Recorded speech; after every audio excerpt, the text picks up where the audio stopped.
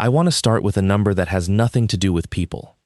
A cubic foot of Ozark forest soil weighs about 85 pounds when it's dry, and closer to 110 when it's wet.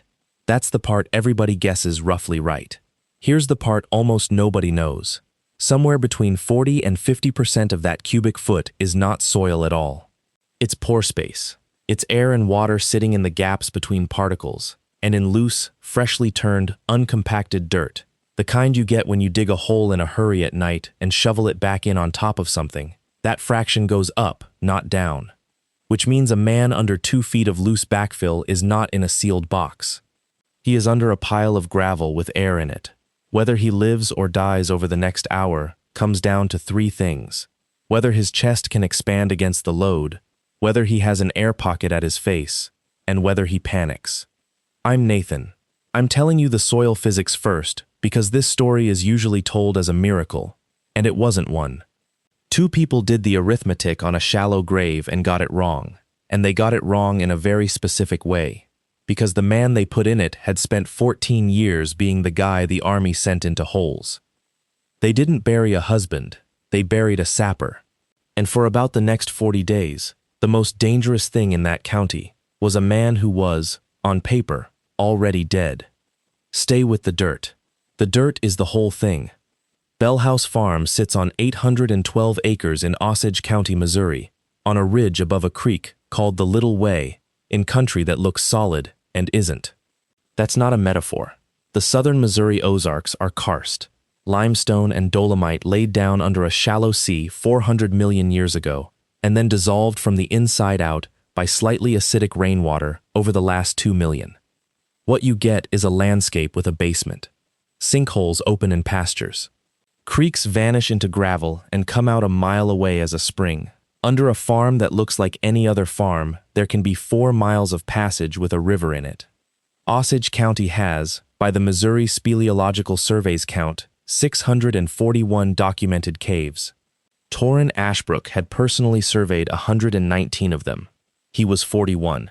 He was a big, slow-moving, extremely quiet man with a permanent squint and hands that had been broken in 11 places across 2 decades, and he made his living 2 ways. The dull way was foundation and sinkhole inspections for the county and for 3 insurance carriers. You buy a house out there, somebody has to go look and tell you whether the pretty flat spot in your yard is a pasture or the top of a room. The other way was surveying, which he did for the state grotto for free, on weekends, because he had never once in his life been able to leave a hole unmeasured. Cave survey is a strange, monastic discipline. You go in with a tape, a compass, an inclinometer, and a waterproof notebook, and you establish stations, a mark on a rock, a bit of flagging tape, and from each station you shoot the distance, the bearing, and the angle to the next one, and you write it down, and you sketch the passage cross-section by hand. Then you come out and you reduce all that arithmetic into a line plot, and a cave that no one has ever seen whole becomes a shape on paper. 119 caves. 14 of them had no digital record anywhere on Earth. They existed as pencil in a notebook in a footlocker in Torin Ashbrook's shop. Before all that, he had been a combat engineer, 12 Bravo, then a route clearance package. Then, in a way that was never quite written down properly, something more specialized than either. The Army has a very old, very ugly problem. Enemies dig. Culverts under roads, drainage tunnels, wells that are not wells, qanats, mine shafts, crawl spaces under compounds. Someone has to go in and see. Robots break. Dogs can't report. So a certain kind of soldier, small enough to fit, calm enough to breathe slow, stubborn enough to keep going when the passage narrows to shoulder width and the light doesn't reach the end, goes in on his belly with a light and a probe. Torin Ashbrook was not small. He was 6'1". He went in anyway, and he was good at it in a way that made older men uncomfortable. And by his second tour, a staff sergeant from Ohio had started calling him the Mole. And it stuck the way those things do, first as mockery, then as shorthand, and finally as the only name anybody used. He did that for 9 years. He came home at 34 with a partial hearing loss, a spine that hurt when it rained, and a habit he had never once been able to explain to a civilian. Whenever he entered a room, he counted the exits and estimated the ceiling load. He did it in restaurants. He did it in his own kitchen. He did it at his wedding. He married Delilah Yandell when they were both 26. She was from Osage County, 4 generations of it, and she was funny and impatient and better with people in 10 minutes than he'd been in his whole life. For the first 8 years, it worked the way an odd match works, by covering each other's holes. Their son was born when Torin was 32, in a hospital in Springfield, with Torin on a video call from a plywood hut. They named him Stellan, after nobody, because Delilah had heard it once and liked how it sat in the mouth. By 9 years old, he was a thin, watchful, relentlessly polite kid who could name 40 rocks and who had, since he was 6, been allowed into exactly 2 caves, the easy ones, the walking ones, under rules his father had written out on an index card and taped inside the boy's helmet. Rule 1 on that card: if you are ever lost, sit down and stay put and make noise on a schedule. Rule 2: your light dies. You do not move until you have counted to 300 with your hand on the wall. Rule 3: tell me the truth about what you saw, even if you think it's boring. Especially if you think it's boring. Torin had made him read those out loud every single time, for 3 years, until the boy could recite them in a bored monotone with his eyes closed. Hold on to Rule 3. Delilah's mother died in the spring of the year this story turns. That matters more than anything else in it. Ada Yandell was 73, and she went from a diagnosis to a funeral in 19 weeks, and Delilah, who had been the one to drive her, feed her, argue with the insurance company, and finally sit with her, came out the other side of it hollowed out in a way that Torin did not have a single tool to fix. He tried the tools he had. He fixed the porch. He took over school pickup.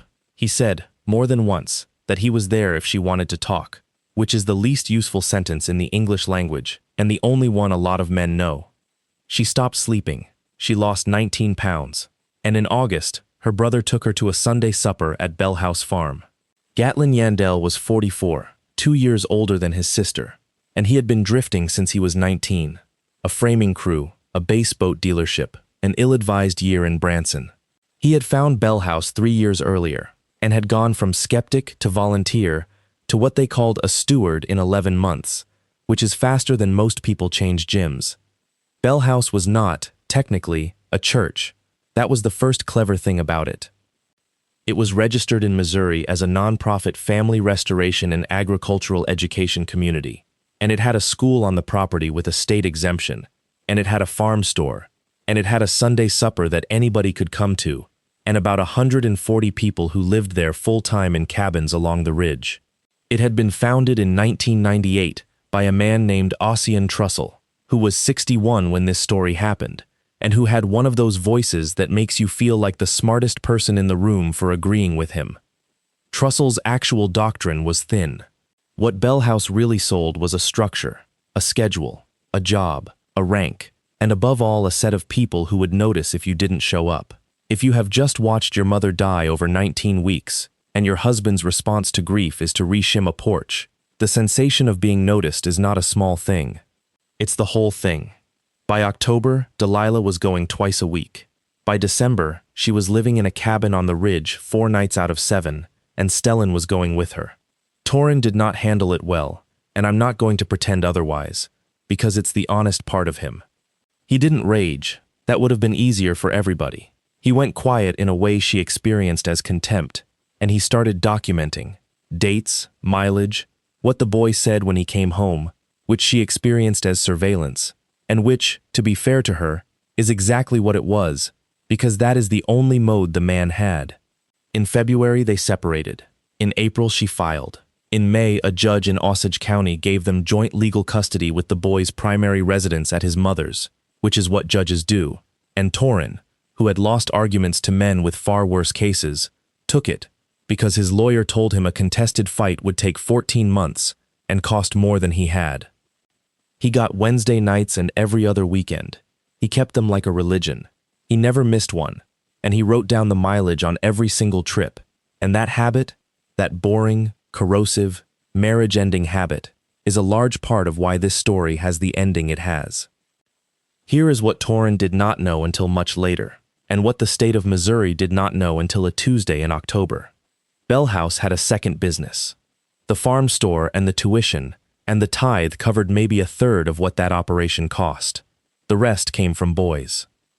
Since 2009, Bellhouse Farm had been taking in what its literature called young men in need of restoration. Teenagers placed there by parents at the end of their rope, by two out-of-state referral consultants who took a finder's fee, and, increasingly, by an arrangement with two rural counties that had no juvenile facility of their own, and a budget line that made Bellhouse look like a bargain. The going rate in the year this story happened was $5,800 a month per boy. There were, at that moment, 61 boys on the property. They worked. That was the program.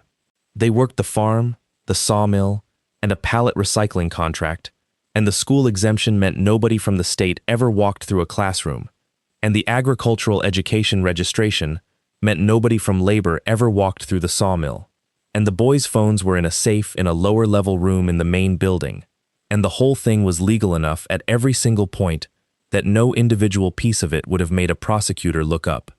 Ossian Trussell was not stupid.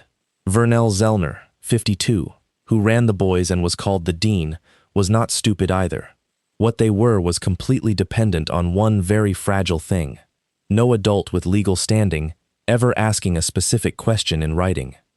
Ossian Trussell had not set out to run a labor operation. That's worth saying, because the version where a man decides at 25 to build a machine for grinding up teenagers is a comforting version, and comforting versions are how these places keep getting built. He had been a hospital chaplain in Rolla until 1996. He was good at it.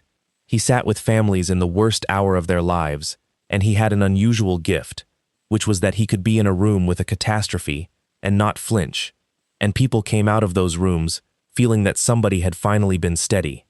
In 1998, he inherited 200 acres from an uncle, and a group of 9 families followed him out of a church split. And for the first 6 years, Bellhouse Farm was, by every account I can find, an unremarkable and reasonably decent little agrarian community with a bad well and a lot of arguments about goats. What changed it was a boy named Dell in 2007. A family in the community had a 17-year-old with a heroin problem and no money, and a 2-month waiting list at every bed in southern Missouri.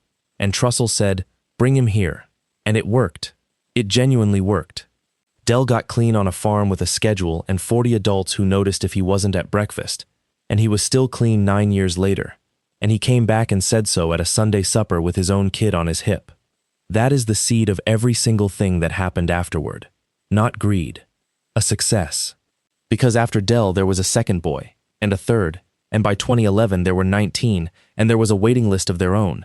And somewhere in there, a woman from a referral service in Utah called Bellhouse Farm and explained, very pleasantly, that there was an entire industry for this, that the going rate in it was startling, and that all Bellhouse needed to do was register as an educational and agricultural program rather than a treatment facility, because treatment facilities get inspected and schools get an exemption form. The exemption form in Missouri, at the time, was 1 page. By 2015, the boys were the business and the farm was the marketing. Trussell stopped sitting with people. He gave a talk on Sundays. Vernell Zellner, who had come in as a maintenance volunteer and turned out to have a gift for making frightened people obey, became the dean. And the dean built the actual system: ranks, privileges, a colored say hierarchy, and a lower level. I want to describe how a boy arrived, because the mechanics matter more than the doctrine.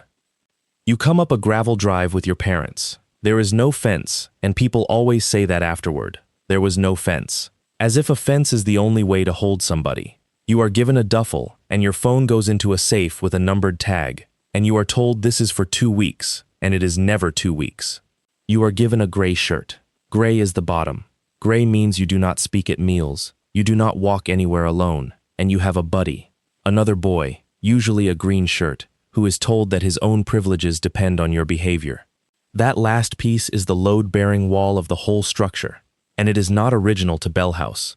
It's 400 years old and it works every time. You do not need guards if every prisoner is the guard of one other prisoner and gets punished for his failures. Letters home went through the office.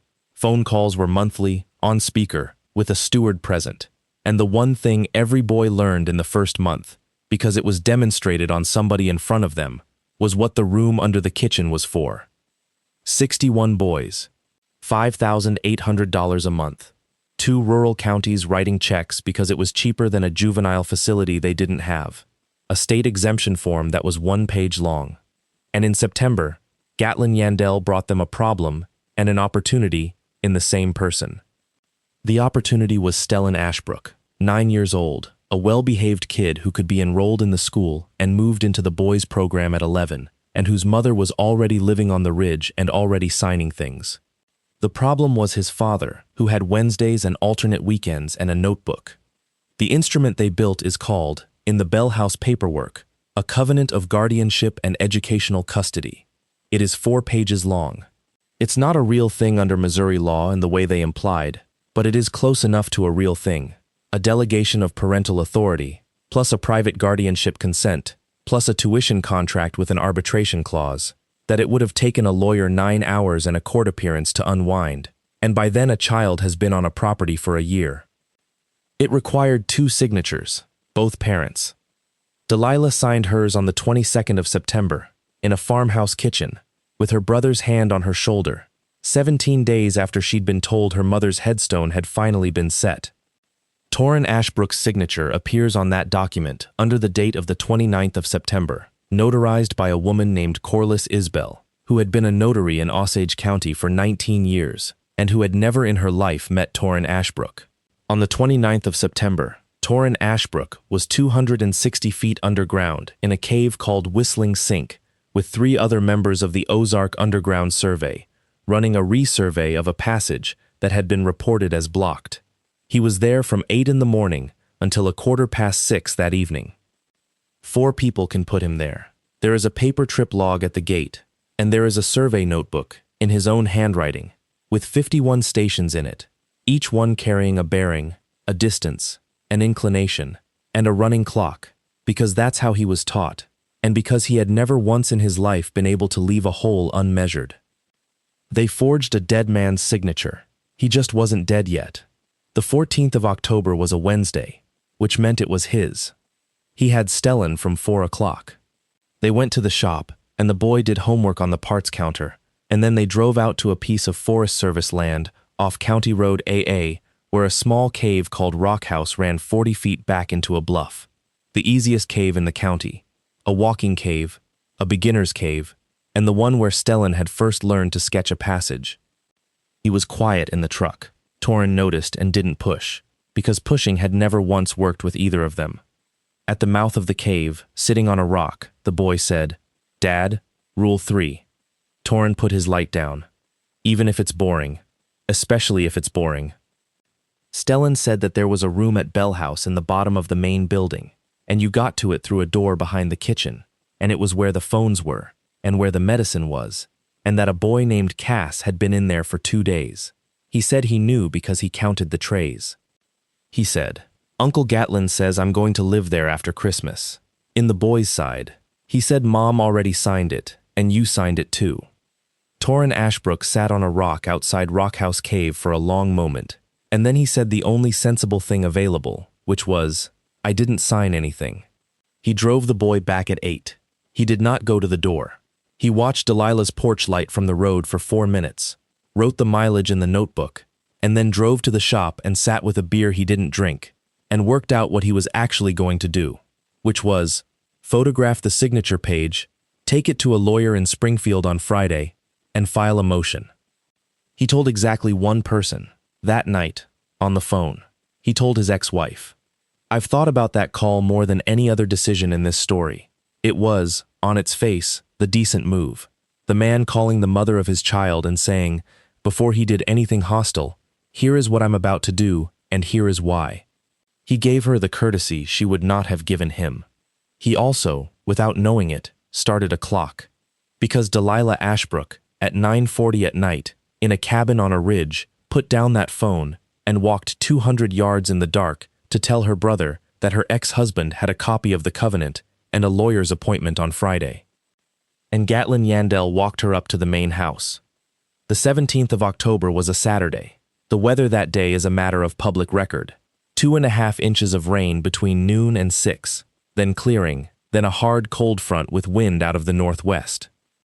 Delilah called him at 4, She said she wanted to talk before Friday. Really talk. Both of them. No lawyers. And she asked him to meet her at the Little Wea trailhead at 7 because Gatlin would keep Stellan, and she didn't want the boy in the middle of it. It's the oldest hook there is, and it worked on a man who cleared culverts for a living, because there is no such thing as a man who cannot be reached through his kid. He drove out at 6:40. He parked at the gravel turnaround. It was full dark, and the woods were still dripping, and the creek was up and loud, which matters, because a creek at flood makes a noise that removes about 30 feet from how far a human voice carries. She was there. She was standing by her car with her arms crossed, and she was crying. And afterward, in a deposition, she would say, and I believe this part, that she genuinely did not know what was about to happen. She had been told there would be a conversation. She had been told that Gatlin and 2 of the stewards would be there, so it stays calm. Torin got maybe 9 words out. He was hit from behind, above and behind, the left ear, with a 2.5-pound framing hammer swung by a man who had spent 4 years on a framing crew. He went down onto the gravel, and the next thing that was true was that he was being dragged by the ankles through wet leaf litter, and the thing after that was that he was in a hole. They had dug it that afternoon in the rain, about 60 yards off the trail, in a bench of alluvial soil above the creek where the digging was easy, and they had dug it fast and badly. It was, by the measurement a Missouri State Highway Patrol crime scene team took 11 days later, 5 feet 9 inches long, 26 inches wide, and between 22 and 31 inches deep. Nobody digs a good grave. Everybody thinks they will, and then it turns out that moving earth is real work, and it's raining, and it's dark, and every shovelful past 2 feet has to be lifted higher than the last one. They rolled him in face down. And then they made the mistake that decided everything, and it is such a small and human mistake that I want you to sit with it. They threw his jacket in on top of him before they backfilled. They did it to hide it. It was his jacket. It was on the gravel. It had his blood on it. And Gatlin Yandel, who was, at that point, roughly 40 seconds into the worst decision of his life and not thinking clearly, grabbed it and threw it in the hole. It landed across his shoulders and the back of his head. Then they put about 2 feet of loose, wet, rain-saturated soil back on top of him with 2 shovels in about 11 minutes. And they tamped it with their boots. And they dragged some deadfall over it. And they stood there. And Torin Ashbrook, face down under 2 feet of dirt with a fractured skull and a canvas work jacket bunched over the back of his head, came back to consciousness. I want to be precise about what he heard, because it was all read into a record later, and it's the part of this story that people repeat. He heard it as vibration more than sound. Loose soil is a terrible medium for high frequencies, and a decent one for low ones. He heard his wife's voice, badly muffled, at what a forensic acoustician later estimated was 6 to 9 feet away. Is he actually gone this time? He heard her brother laugh, not a big laugh. The short, ugly, adrenaline laugh of a man who has just done something he cannot undo and needs to make a noise. I checked twice. I'm positive. Then, closer, her again. And this is the sentence that a jury in Osage County heard read aloud 14 months later. Good. The boy goes to the compound tomorrow. The papers are signed. And then she sighed and said the last thing he heard from up there. Finally, that broken soldier is history. Then the vibration of 2 people walking away over wet ground, which travels a surprisingly long distance, and then nothing but the creek. They called him the mole in Kandahar. It was never a compliment. Here is what happened over the next 41 minutes, and I'm going to go slowly, because it's the only part of this story that is genuinely a skill and not a decision. The first thing is that he did not move, not for a long time. There is an overwhelming instinct in that situation to thrash, and thrashing is what kills people, because it drives your face into the dirt, collapses whatever pocket you have, and burns through oxygen at 4 times resting rate. He had been trained out of that instinct in a rubble pile at Fort Leonard Wood by an instructor who had been in a building collapse in Turkey. The second thing is that he inventoried, because that's the drill. What do I have? What is loading me? What direction is up? He had a pocket of air roughly the size of a grapefruit, held open by the collar and shoulder of his own jacket. He had partial use of his right arm, which had ended up bent near his face. His chest was loaded but not crushed. The soil was loose, unconsolidated and full of water, and it was 2 feet, not 5. And he found that if he exhaled fully, he could get an inch of expansion back on the inhale. He was bleeding from the head and could not feel his left hand. The third thing is that he slowed his breathing on purpose, down to about 6 breaths a minute, and he stayed there for what he estimates was 15 or 20 minutes, doing nothing but counting. That is the part nobody believes. Everybody wants the hero to explode out of the ground. But every minute he spent still was a minute the carbon dioxide in that pocket did not spike, and, this is the piece that actually saved him, it was a minute in which 2 feet of rain-saturated soil, sitting on top of a warm body, drained and settled and got very slightly denser at the bottom and very slightly looser at the top, and gravity did some of his digging for him. The fourth thing, the actual technique, is the one I'd want you to remember if you ever have a reason to. He did not dig up. Up is the shortest distance, and the wrong answer, because everything you excavate above you falls back onto your face, and because the load is greatest directly overhead. He dug at a shallow angle, roughly 30 degrees, toward his own feet and to the right, down the slope, toward the creek, where the bench dropped away and the soil above him got thinner with every inch of progress. He moved dirt with his right hand and packed it into the space his own body left behind as he inched, which is exactly what you do in a collapse, and exactly what he'd taught 19-year-olds to do in a training pit in Missouri, 40 miles from where he was buried. He broke the surface with the fingers of his right hand, at a distance the crime scene team later measured as 4 feet 11 inches from the head of the grave, on the downhill side, and he came out of the ground at the edge of a wet bench above the Little Weah 41 minutes after the last shovelful went in. He did not stand up. He lay on his side in the leaves in a cold northwest wind, in the dark, for a long time, and threw up twice, and then he crawled. He crawled about 300 yards downstream, which took him a bit over 2 hours, and at some point in there, he stopped being a man escaping and started being a man thinking, and the thought he had is the hinge of this entire story. They think I'm dead. Any normal person walks to a road. Torin Ashbrook, with a fractured skull, lying in a creek bottom in 41 degrees, understood something about his own situation that would not have occurred to most people, and he understood it because he had spent 9 years in a job where the whole point was to be somewhere the other side believed was empty. Being dead is cover. Cover is the only thing he had. If he walked out to a road that night, here is what happened next. He goes to a hospital. The sheriff takes a statement from a concussed man about his ex-wife. Bellhouse's lawyer files. Delilah and Gatlin sit down with counsel and coordinate. The covenant gets corrected. The boy, who is, remember, scheduled to be moved to the compound tomorrow, becomes the subject of a custody dispute inside a property with a fence and 140 adults on it, and the 61 other boys in the lower level of that building stay exactly where they are. If he stayed dead, he had something else. He had the only advantage he had ever known how to use. There is a spring 3/4 of a mile down the Little Weah where the creek disappears into a gravel bed and comes out of a bluff face as a resurgence. And behind that bluff face there is a low crawl that opens into a passage the Ozark Underground Survey has on file as Osage County Cave number 417, surveyed in 2016 by T. Ashbrook and 2 others. Entrance elevation 812 feet, length 2,140 feet, no public access, no digital record. He knew it was 51 degrees in there year-round, and he knew where the dry breakdown ledge was, and he had a cache in it, because he cached in every cave he surveyed regularly. A dry bag with a blanket, a headlamp, spare batteries, water tablets, and 11 granola bars, which is exactly the kind of pointless preparedness habit that a wife makes fun of for 11 years. He got there at about 2 in the morning. He wrapped himself in the blanket and lay on a rock in the dark and did not move for 19 hours. Then he started working. The only living person who knew Torin Ashbrook was alive for the first 11 days was a paramedic in Springfield named Ford Ellingham.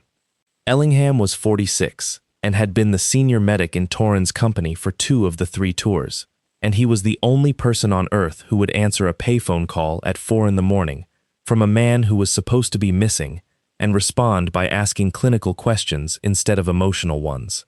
Pupils, nausea, any clear fluid from the ear. He drove out that night with a jump bag and a bag of groceries, and he told him, flatly, that he had a basilar skull fracture and needed a CT, and Torin told him, equally flatly, that he needed 40 days. They compromised on nothing. Ellingham came out twice a week and did neurochecks in a cave by headlamp and lost an argument each time.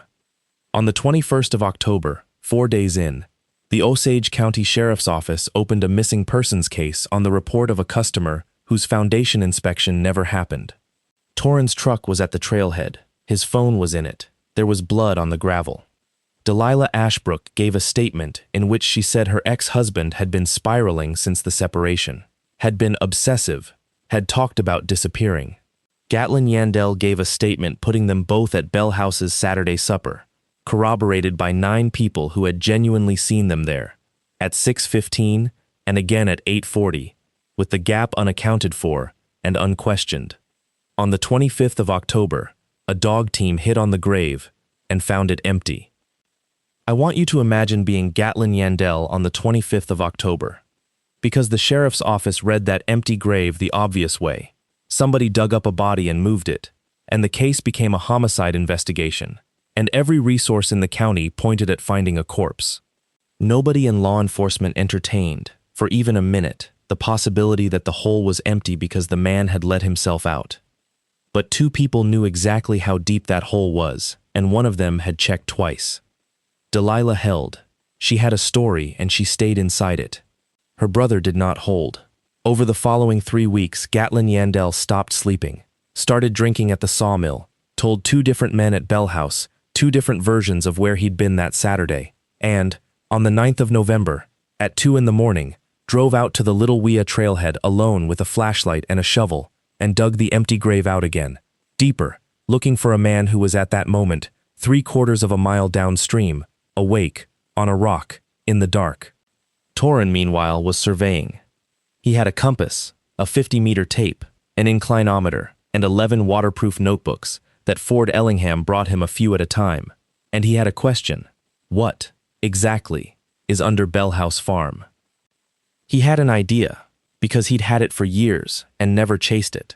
Cave 417 ran northeast under the ridge and ended at 2,140 feet in a breakdown pile. A ceiling collapse, a wall of car-sized blocks. Beyond a breakdown there is almost always more cave, and the surface elevation and bearing put the far side of that breakdown somewhere under the north end of the Bellhouse property. He spent 19 days on that breakdown, alone, moving rock in the dark with a fractured skull, which is either the most impressive or the most insane thing in this story depending on your temperament. He got through on the 7th of November into 1,100 feet of virgin passage, and at the far end of it there was a chimney, and at the top of the chimney there was a hole in a ceiling, and above the hole there was a concrete floor with a rectangular void in it, and above that there was a room with a bare bulb, 41 gray plastic tote bins, a steel gun safe with 61 cell phones in it, a folding table, a bucket, and a cot. Bellhouse Farm's main building had been built in 1974 as a dairy. The lower level was the old milk house and equipment cellar, and somewhere along the line a drainage sump had been cut through the slab, and that sump connected to a joint in the limestone, and that joint had been enlarged by water over 50 years into something a determined man could get his shoulders through. Nobody at Bellhouse knew. Why would they? It was under a metal grate, under a shelf in the corner of a room they used to hold boys. On the 11th of November, Torin Ashbrook lay in the dark under a grate in the floor of that room with his head 3 inches below a concrete slab, and he listened to a 13-year-old boy named Cass Ottinger throw up for 2 hours and then stop. He photographed everything with a small waterproof camera Ellingham had brought him, the totes, the safe, the cot, the bucket, and, over 4 separate visits, the pages of a spiral notebook that Vernell Zellner kept on the folding table, in which was recorded, in a neat hand, every boy who went into that room, the date and hour in, the date and hour out, and a one-word reason. He also, on the second visit, did the thing that a lawyer told him later was worth more than every photograph combined. He wrote it down himself. Station, bearing, distance, time. He surveyed the route from the Resurgence to the Great, 3,240 feet of it, in his own notation, dated, in a numbered notebook with no pages missing. And in doing that, he produced a document that no defense attorney on earth could argue had been fabricated after the fact. Because reproducing a fake cave survey that closes to within 0.1% over 3,000 feet is harder than digging the cave. There is a detail from those 40 days that I keep going back to. Sergeant Ida Mosby, of the Missouri State Highway Patrol's Division of Drug and Crime Control, had a Bellhouse file that was 4 years old and 11 inches thick and completely useless.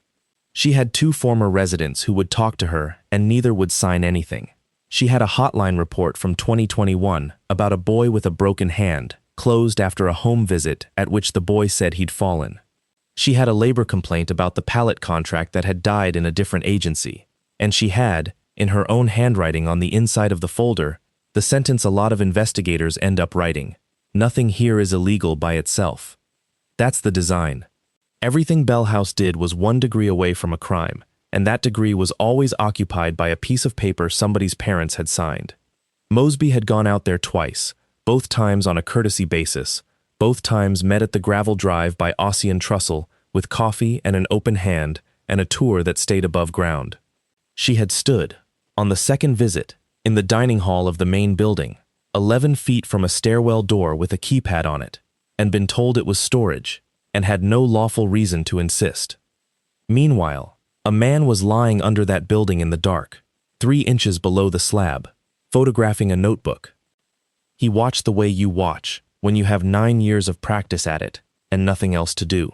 He learned the schedule: stewards meeting Monday at 7, Trussell in the lower level almost never, Zellner in it nightly at 9 to collect the trays. He learned that the keypad code was spoken out loud when it was changed, because it was changed at the stewards meeting, and the stewards meeting was directly over the sump. He learned which boys were in which rooms, and he wrote down 61 names on a page in a waterproof notebook, in pencil, with dates. And twice he did something that Ford Ellingham begged him not to do, and Saoirse Denbo later declined to discuss. He came up through the grate at 3 in the morning into an empty room, and he opened the totes, and he photographed what was in them: intake forms, referral invoices, a spreadsheet of county billing, and 41 manila folders of correspondence between Bellhouse Farm and 2 consultants in Utah. And then he put every single thing back exactly as he found it, closed the lids in the order they had been closed, and went back down the hole. It took him 9 hours. He'd been taught, a long time before, that the only difference between reconnaissance and a burglary is whether the other side ever knows you were there. He never took 1 item out of that building, not 1 page. Everything he brought out was a photograph and a number, and every number had a date on it, and that is the sole reason a defense attorney in Jefferson City spent 4 months trying and failing to get any of it suppressed. Cass Ottinger died on the 13th of November. He was 13 years old, and he had been in the lower level for 3 days with what a medical examiner in Jefferson City would later describe as a perforated appendix and generalized peritonitis, which is a death that takes about 70 hours and is, for most of that time, entirely reversible by a surgeon. Bellhouse called an ambulance at 6:12 in the morning on the 13th, which was somewhere between 40 and 50 hours too late, and the boy was pronounced at 7:40 at a hospital in Rolla, and the death was recorded as sepsis secondary to appendicitis, and a county coroner in a hurry signed it. Ossian Trussell told the community at Sunday service that a young man had been taken suddenly, and that they should pray for his people. 60 other boys sat in that room and knew better and said nothing, because every one of them had also learned, in a lower level, what happens when you say something. There is a version of this story where Torin Ashbrook comes out of the ground on the 14th of November and burns Bellhouse Farm to the foundations with Ossian Trussell in it, and I understand the appeal of that version, and it is not what he did, and the reason he didn't is the whole difference between a man who wins and a man who feels better for one night. He did 3 things instead, and he did them in 11 days. The first was Saoirse Denbo. She was 39, a former Missouri Assistant Attorney General who had gone into private practice in Springfield doing guardianship and elder abuse work, and on the 18th of November, a paramedic she had never met walked into her office and put a waterproof camera, 4 notebooks, and a photograph of a signature page on her desk and asked her a hypothetical question about a client who was legally deceased. She looked at the signature page for a long time.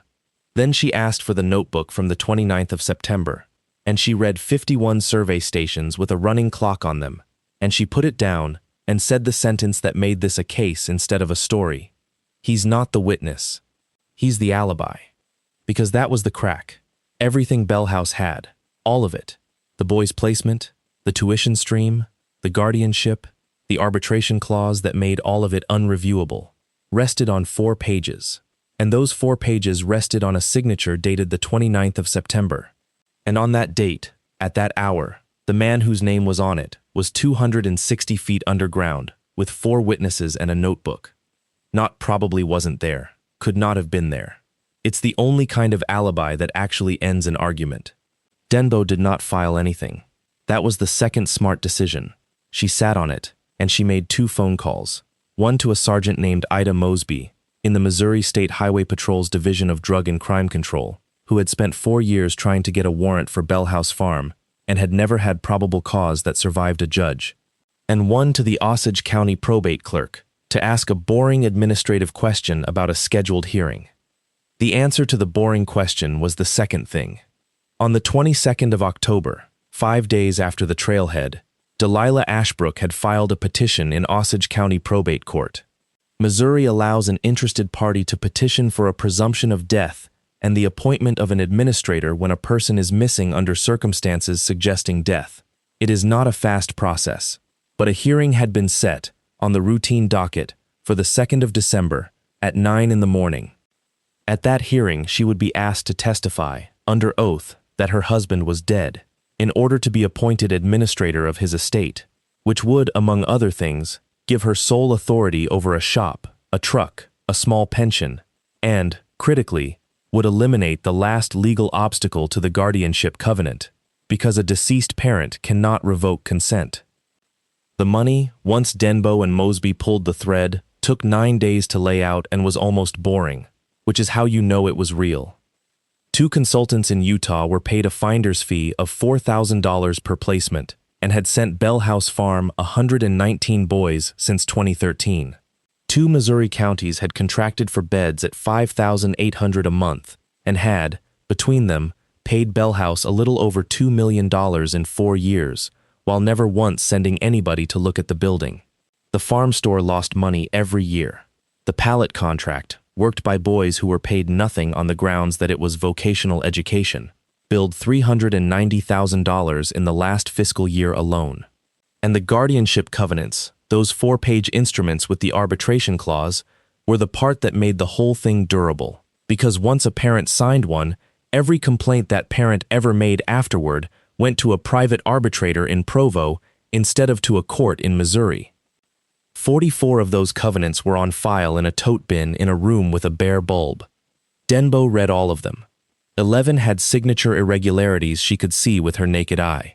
One of them was signed by a father who had died 5 weeks before the date on the page. The third thing was the boy. Torin Ashbrook had been moved to the boys' side of Bellhouse Farm on the 18th of October, the day after his father was buried, exactly as promised. Torin had known this since the 29th of October and had done nothing about it, and I want to be honest that this is the part of the story where people get angry at him. His 9-year-old son was inside that fence for 6 weeks while his father lay in a cave and took photographs. He would say, later, the only thing there was to say, that he could get the boy out any night he wanted, and that if he did it on the wrong night, he would get one child out of a building with 60 in it, and the door would close behind him forever. He picked the night. He picked the 1st of December. At 7:40 on the evening of the 1st of December, during the Tuesday evening meal, with 140 people in the dining hall on the far side of the main building, Torin Ashbrook came up through a grate in the floor of the lower level of Bellhouse Farm. He was not armed. He was carrying a headlamp, a spare helmet sized for a 9-year-old, a rope, and a laminated index card. There was one boy in the room, on the cot, a 15-year-old named Brix Zellner, the dean's own son, in his own building's punishment room for the 2nd time that year, which tells you as much about Bellhouse as anything else in this file.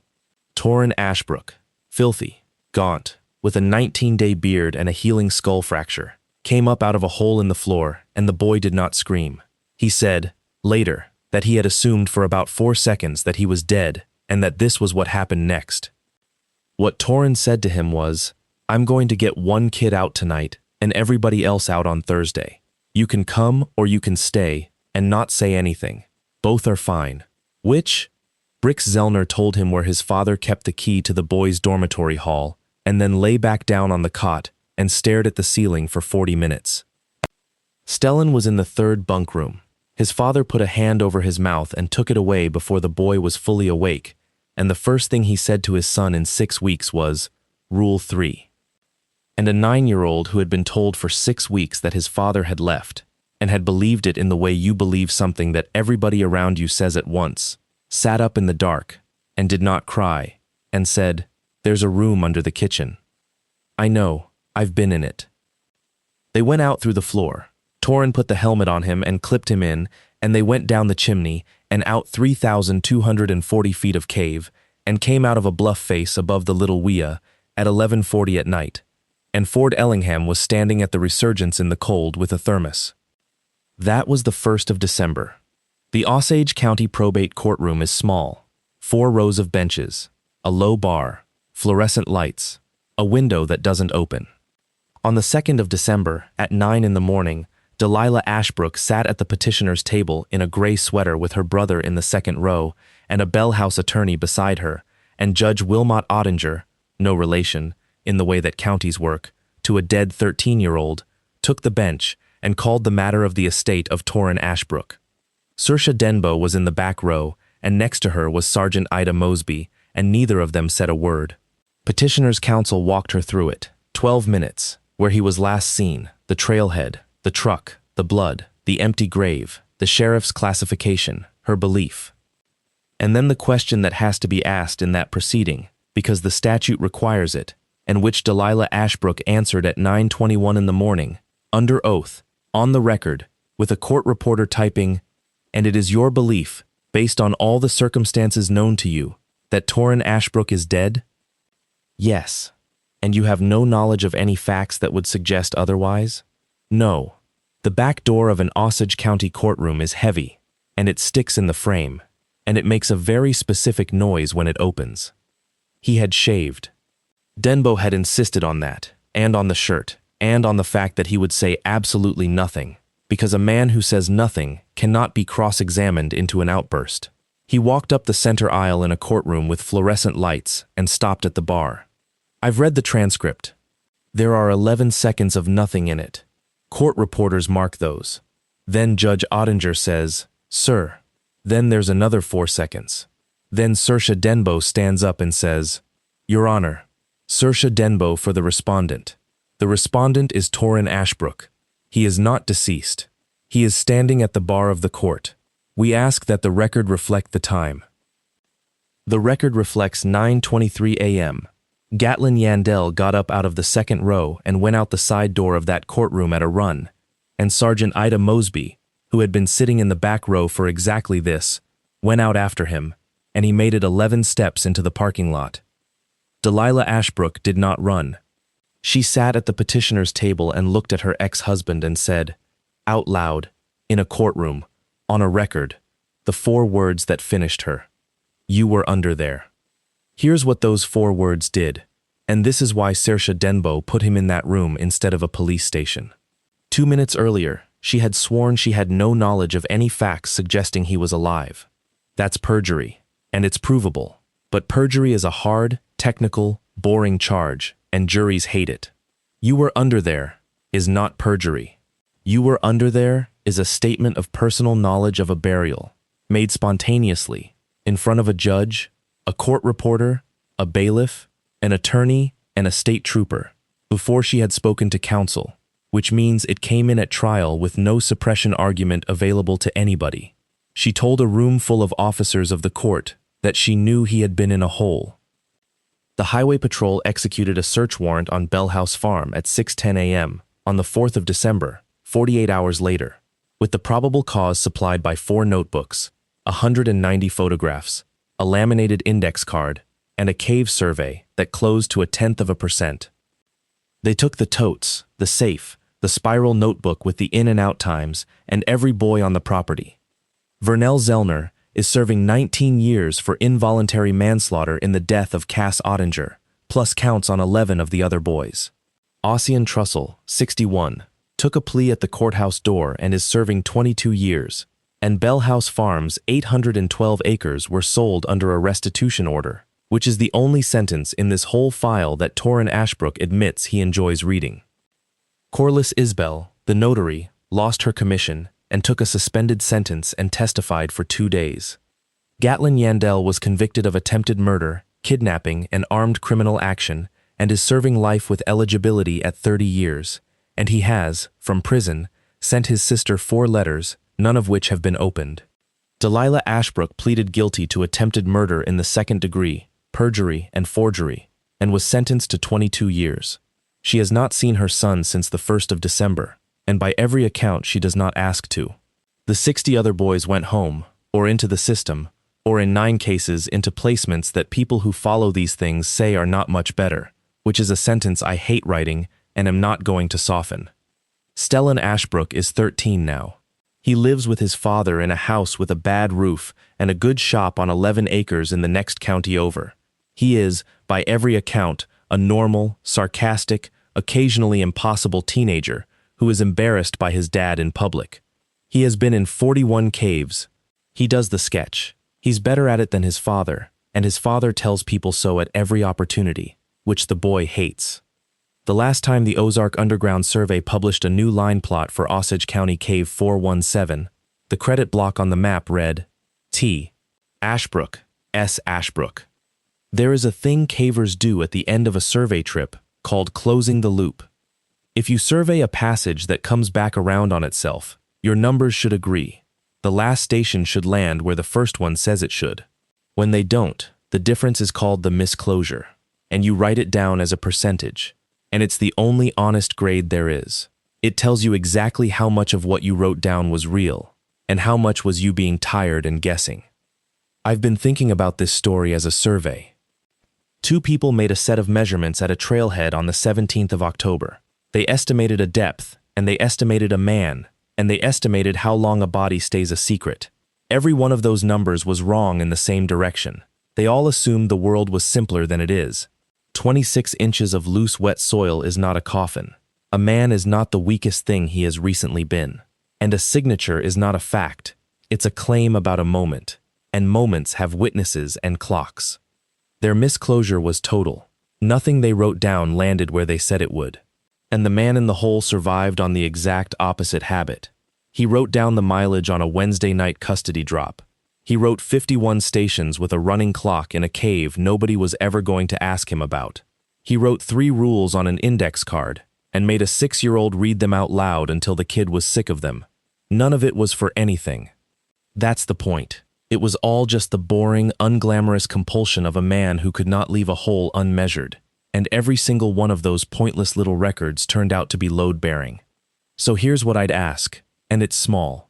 Somewhere in your life there's a thing you keep guessing at. How long the drive actually takes, what you actually spend, how often that person actually calls, what you actually signed when you signed it. Go measure one of them this week. Write down the number. Put a date on it. Most of what you measure will never matter. That's fine. Measurement isn't insurance. It's just the difference between a claim and a fact, and you do not get to choose in advance which day you're going to need one instead of the other. Torin Ashbrook got out of that grave with a compass habit and a jacket. Close your loops. I'm Nathan. Go write down a number.